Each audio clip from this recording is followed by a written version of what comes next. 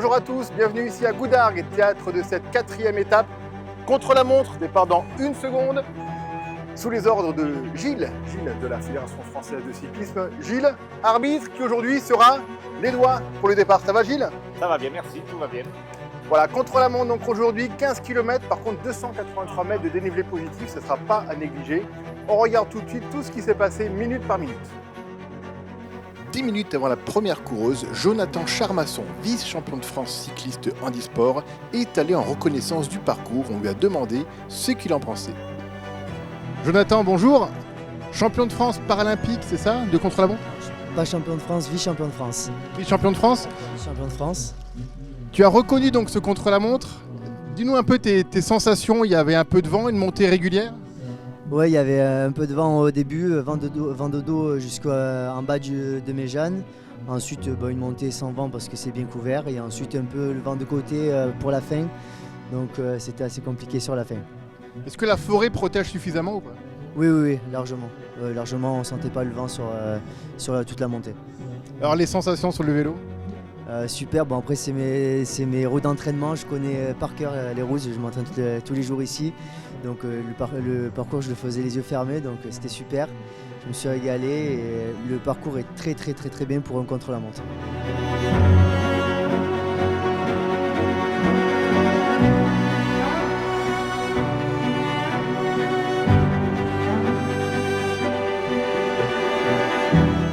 À 13h07, Lucie Harris, l'anglaise, sera la première à passer sous les 29 minutes.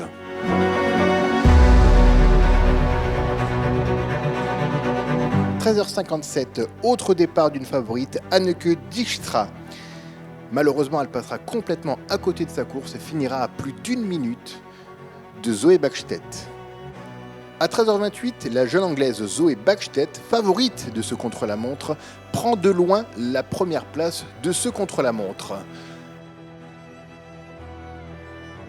13h59, le départ de Célia Lemoelle de l'équipe Saint-Michel Mavic Aubert 93, 11e des derniers championnats de France du contre-la-montre, va réussir l'exploit de prendre la première place au classement général, avec un temps de 24 minutes 41 secondes et 62 centièmes.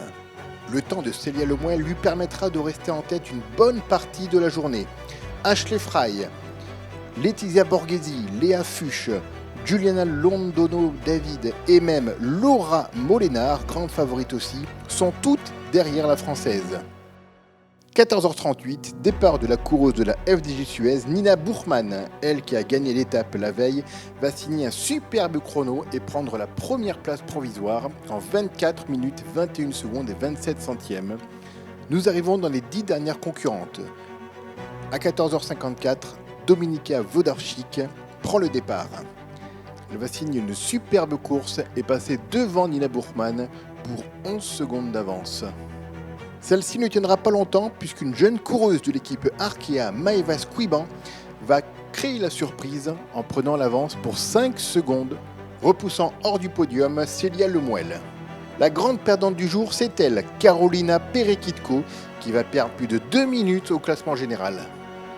Plus que 4 coureuses, les 2 athlètes du team Arkea BNB Hotel, Valentina Cavallard et Lotte Kleiss, vont passer derrière la Française, qui s'assure donc le podium à l'arrivée. 15h10, la coureuse de Saint-Michel Mavic Aubert 93, Marion Bunel, première au classement des jeunes, s'élance. Elle va réussir à limiter les dégâts en ne perdant que 57 secondes sur la première, Maeva Squiban, deuxième au provisoire. Plus qu'une seule fille peut inquiéter la Française, c'est le maillot rose, Thalita De Jong. Tout le monde retient son souffle et le chrono est formel, 30 secondes de retard sur la ligne d'arrivée pour Thalita De Jong sur Maeva Squiban, qui remporte donc cette 4e étape et ce contre-la-montre du TCFIA 2024.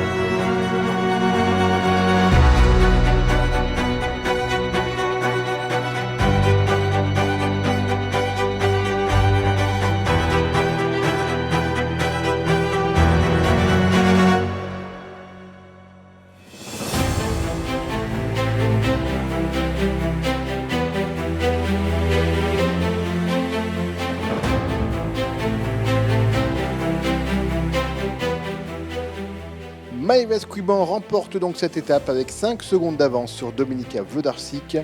Nina Buchmann complète le podium à 17 secondes. À noter la belle 5e place de Célia Lemuel. Maëva, il n'y a qu'un seul mot aujourd'hui, c'est incroyable. Ouais, c'est sûr, je m'attendais pas forcément à cette victoire, donc c'est sûr que c'est encore mieux quand on s'y attend pas. Parlons un peu des conditions de course, même si c'était dans la forêt, il y avait quand même un vent qui était un peu gênant. J'avoue que je sais même pas trop d'où venait le vent. Je me suis pas trop concentrée sur ça, mais bon, après en boss on le sent quand même un peu moins. Et après sur la fin, je pense qu'on l'avait un peu de côté, mais vu que c'était la fin, c'était de toute façon à fond, donc peu importe d'où venait le vent. Donc en fait ta tactique c'était à fond, c'est ça? Oh, ouais, un peu. Bon, après, pas trop s'enflammer au début quand même, parce que la bosse, elle était quand même longue et on pouvait, je pense, pas mal s'écraser. Mais ouais, c'était, on va dire, gérer première partie, bien monter la bosse et puis finir à fond, quoi. Dernière question. Quand tu passes la ligne d'arrivée et qu'on te dit que tu es première, quelle est ta réaction? Tu te dis c'est bon, ça va le faire, ou tu serres un peu les dents quand même en attendant la suite? Non, quand je passe la ligne, on me dit que je suis deuxième. Donc je dis bon, bah au moins ça sera un top 10 parce qu'il en restait que 7 derrière moi, il me semble. Et puis au final, après, on me dit que je gagne, donc je fais bon, bah super quoi. Mais non, je m'y attendais pas trop, mais je suis très contente. Dernière question du coup. Est-ce que dans un coin de ta tête, tu pensais au maillot blanc ou pas? Non, pas du tout. Bon, j'étais beaucoup trop loin quand même, parce que j'ai perdu vraiment beaucoup de temps lors de la première étape. Donc non, c'était. Je me suis dit, il faudrait que. Enfin, j'étais venue sur le Tour de l'Ardèche pour gagner une étape, donc gagner le chrono, c'est top. Thalita de Jong reprend 35 secondes sur Marion Bunel, ce qui promet de belles choses demain avec l'étape de Mont-Lozère. L'écart s'est réduit entre Maëva Squiban et Marion Bunel pour le classement des jeunes. 1,17 les sépare actuellement. Pas de changement au classement des grimpeurs. Thalita de Jong toujours première avec 16 points d'avance sur Valentina Cavalar. L'étape de demain pourra faire basculer ce classement. Le maillot vert Aesio Mutuel est toujours sur les épaules de Thalita de Jong qui compte 20 points d'avance sur Nina Buchmann. Classement des rushs toujours à l'avantage de Thalita de Jong, 8 points d'avance sur Laetitia Borghesi. Superbe contre-la-montre, Thalita. Qu'est-ce qui est arrivé aujourd'hui? Eh bien, nous avons fait un contre-la-montre et j'ai terminé 4e, donc c'est bien. J'ai pris quelques secondes dans le général, donc c'est le plus important. Prête pour demain? Oui. Thank you. Demain donc, 5e étape du Tour cycliste, 133,7 km. Par contre, 2286 mètres de dénivelé positif. Nous aurons 3 rushs intermédiaires répartis tout au long de la journée. Et 4 Grands Prix de la montagne, ça sera progressif. Un premier en 3e catégorie à l'Esquillou.